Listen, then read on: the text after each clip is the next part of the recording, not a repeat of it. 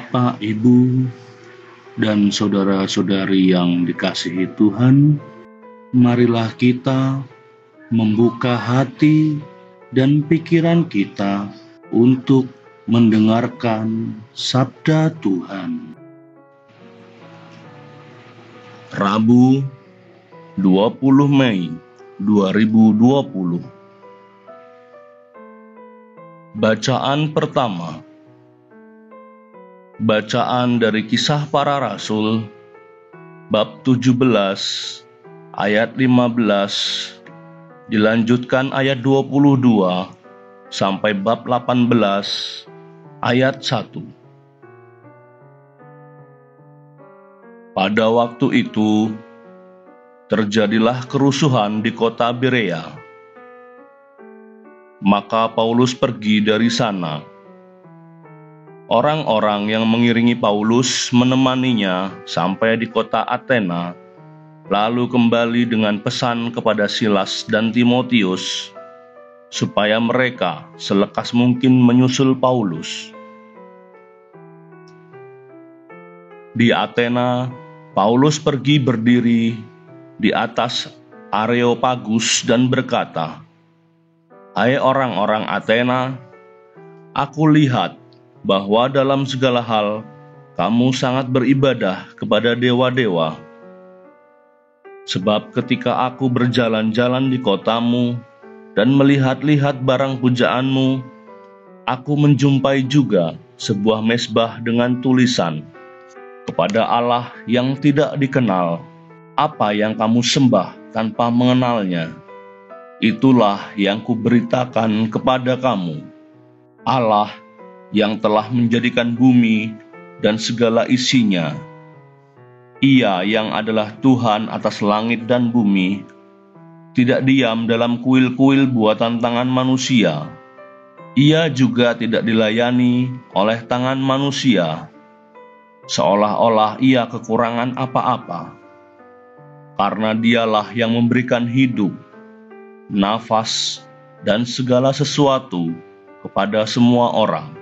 Dari satu orang saja, Allah telah menjadikan semua bangsa dan umat manusia untuk mendiami seluruh muka bumi, dan Ia telah menentukan musim-musim bagi mereka dan batas-batas kediaman mereka.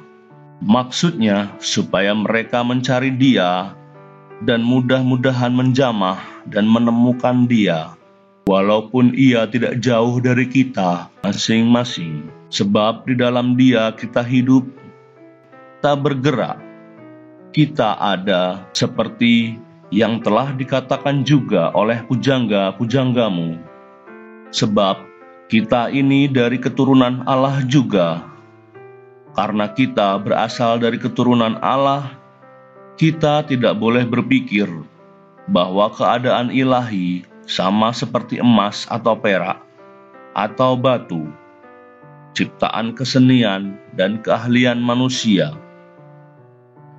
Dengan tidak memandang lagi zaman kebodohan, maka sekarang Allah memberitakan kepada manusia bahwa di mana-mana semua mereka harus bertobat, karena Ia telah menetapkan suatu hari pada waktu mana Ia dengan adil akan menghakimi dunia dengan perantaraan seorang yang telah ditentukannya.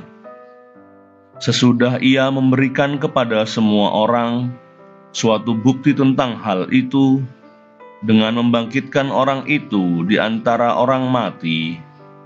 Ketika mereka mendengar tentang kebangkitan orang mati, maka ada yang mengejek dan yang lain berkata, "Lain kali saja kami mendengar engkau berbicara tentang hal itu." Lalu Paulus pergi meninggalkan mereka. Tetapi beberapa orang laki-laki menggabungkan diri dengan dia dan menjadi percaya. Di antaranya juga Dionysius, anggota majelis Areopagus, dan seorang perempuan bernama Damaris. dan juga orang-orang lain bersama-sama dengan mereka.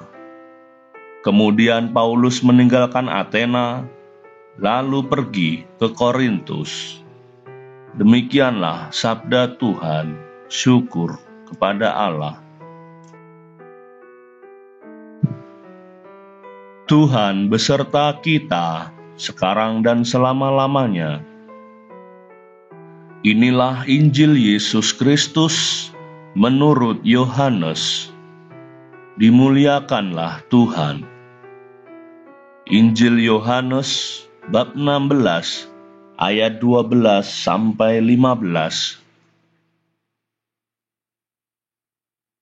Dalam amanat perpisahannya, Yesus berkata kepada murid-muridnya, "Masih banyak hal yang harus kukatakan kepadamu, tetapi sekarang kamu belum dapat menanggungnya.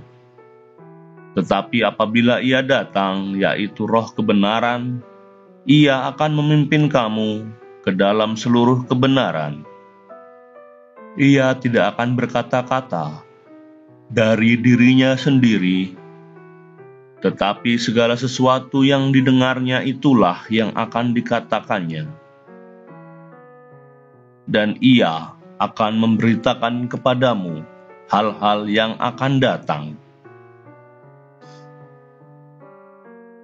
Ia akan memuliakan Aku, sebab Ia akan memberitakan kepadamu apa yang diterimanya daripadaku.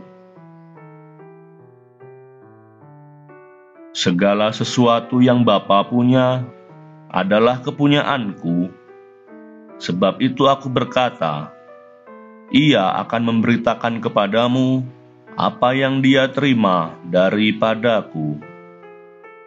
Demikianlah Injil Tuhan. Terpujilah Kristus. Renungan Harian Katolik, Rabu, 20 Mei 2020. Bapak, Ibu, dan saudara-saudari yang terkasih, para murid telah mengalami krisis yang sangat berat dalam hidup mereka ketika Yesus sebagai sang guru dan pemimpin ditangkap, disiksa, lalu dibunuh dengan cara yang mengenaskan di kayu salib. Yesus sangat menyadari situasi yang dialami oleh murid-muridnya. Murid-murid yang mengalami kehilangan arah, ketakutan, dan kecemasan. Oleh karena itu, Yesus memberikan harapan kepada mereka bahwa Roh Kudus sebagai Roh kebenaran akan datang ke tengah mereka. Roh kebenaran yang akan menyampaikan bahwa Putra dipermuliakan oleh Bapa sesudah melewati pengorbanan besar untuk pembebasan umat manusia. Roh kebenaran itu pula akan senantiasa hadir dan menolong para murid untuk terus berani mewartakan kabar gembira Allah tanpa takut dan cemas. Dengan bantuan Roh Kudus, relasi kita dengan Allah melalui Yesus selalu diperbaharui dan dikuatkan. Kehadiran Roh Kudus memberikan kita harapan dan terang, serta kekuatan baru lagi pada saat arah kita menjadi kabur, tujuan kita menjadi tidak jelas, bahkan hati kita diliputi ketakutan dan kecemasan akibat ego yang membelenggu. Roh kebenaran yang hadir di tengah-tengah kita memberanikan kita untuk berjalan ke arah baru seturut kehendak Allah, sebagaimana yang dijanjikan oleh Yesus. Yesus telah mengutus Roh Kudus untuk menguatkan hati para murid. Roh Kudus yang sama kini Ia berikan kepada kita. Maukah kita membuka hati kepada Roh Kudus, Roh kebenaran? Roh kebenaran itu diutus agar kita dapat mengambil bagian dalam mewartakan kebenaran-kebenaran Tuhan, baik melalui tutur kata maupun melalui karya-karya yang dipercayakan kepada kita sesuai dengan panggilan kita masing-masing. Oleh karena itu, sangatlah perlu kita membiasakan diri untuk membaca kitab suci, merenungkannya, dan berdoa, karena dengan demikian kita semakin terarah untuk kehadiran Roh Tuhan yang memimpin kita masuk ke dalam kebenaran. Datanglah ya Roh Kudus, penuhilah hati umat-Mu dengan anugerah ilahi, curahkanlah terang-Mu ke dalam hati, jiwa, dan budi kami. Amin.